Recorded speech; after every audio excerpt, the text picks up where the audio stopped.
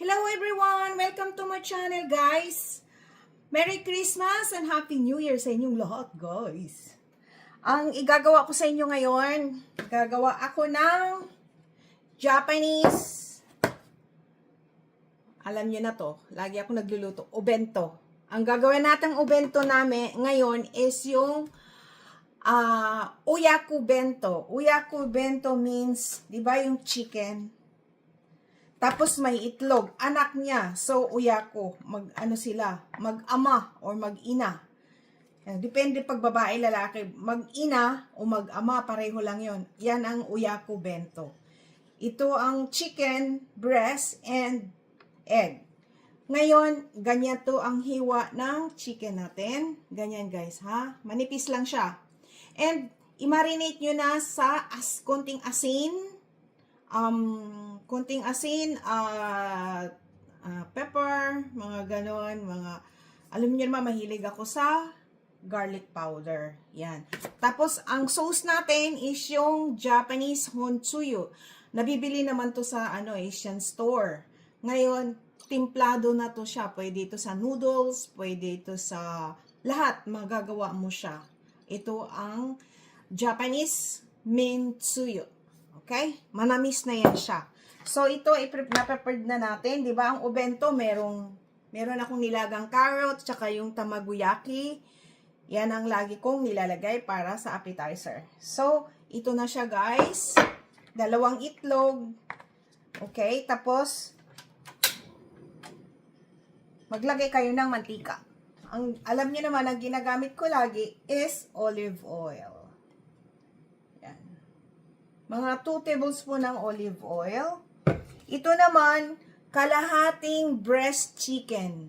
Kalahati lang siya guys ha. So, depende sa inyo. Pwede nyo kasi may sauce ito siya eh. So, kung 3 kayo, well, damihan nyo ng chicken. Kalahati lang to ng breast chicken. Okay? Ngayon, ang unang ilalagay guys ay iyong sibuyas. Kasi medyo matagal ang sibuyas. Yan. Tapos, gisa nyo na. Yan. Habang nag-aantay tayo na mangangamoy yung sibuyas, na maamoy, ito yung sauce niya ha. 300 ml na water and 2 tablespoon ng Minsuyu. 2 tablespoon lang siya. Ngayon, tikman nyo guys, kung matabang, tama lang siya. 2 tablespoon. Manamis na to siya eh. 300 ml na water, 2 tablespoon na Minsuyu. Okay? So, ito na siya. Ilalagay na natin ang chicken. Okay? Depende sa inyo guys kung dagdagan niyo yung chicken, pwede rin. Kalahating breast chicken lang po siya. Nasa siya 100 grams. Yan, templado na kasi yan siya. Na-marinate ko na yan siya sa konting asin at pepper at garlic powder.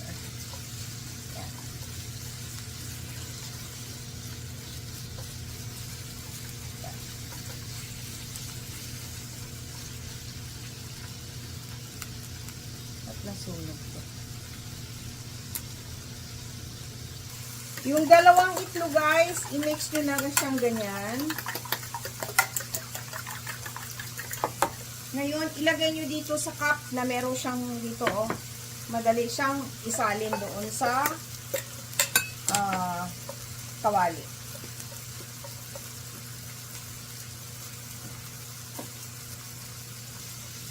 Ito na guys, lalagay na natin yung sauce na ginawa natin.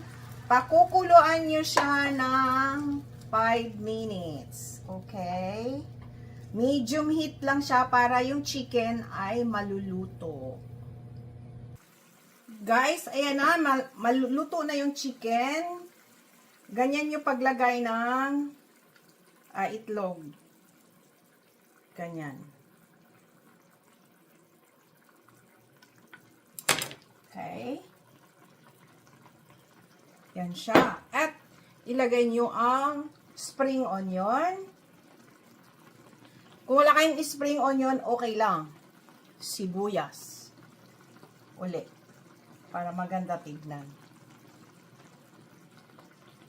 Yan. Yan siya.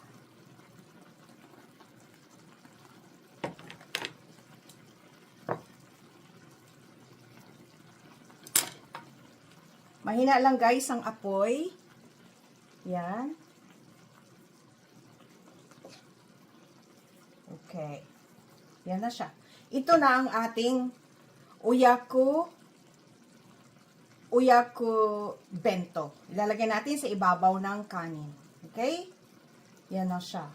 Yung iba naman, naglalagay ng chili powder sa ibabaw.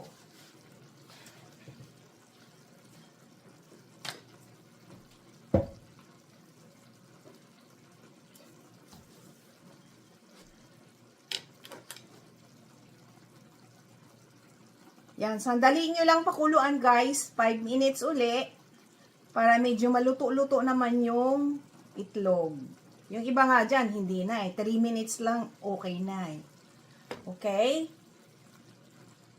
Okay, maglalagay na tayo ng kanin guys. Yan. Wow, bagong sinaing Japanese rice guys ah. Pwede rin ng jasmine rice, depende sa inyo. Pero ako Japanese rice para makuha ko yung lasa talaga ng Japanese foods. Ito ang aking obento. Pan-dinner ko at pagbaon. Dalawa pa yan eh. Okay? Guys, ito na siya oh. Dito nyo ilagay guys. Yan. Yan.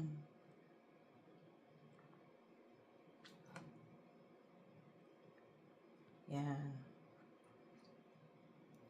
Yan, lagyan nyo ng sabaw ng konti.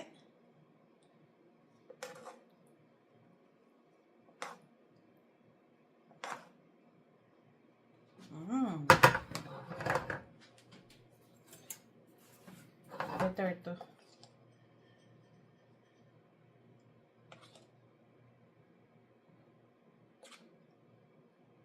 Yan, may tira pa. At lagyan nyo ng Japanese ichimi. Yan. Maanghang yan. Okay.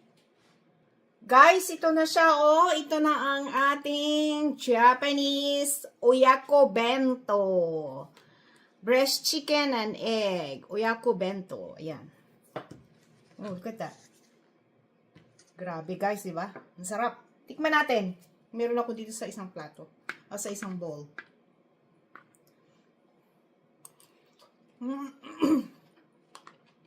Sarap!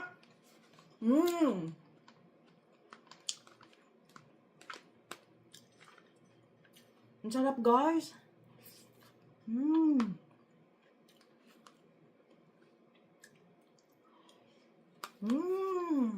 Please subscribe, like, and share. And i-click nyo na rin notification bell para palagi kayong updated sa aking mga bagong video.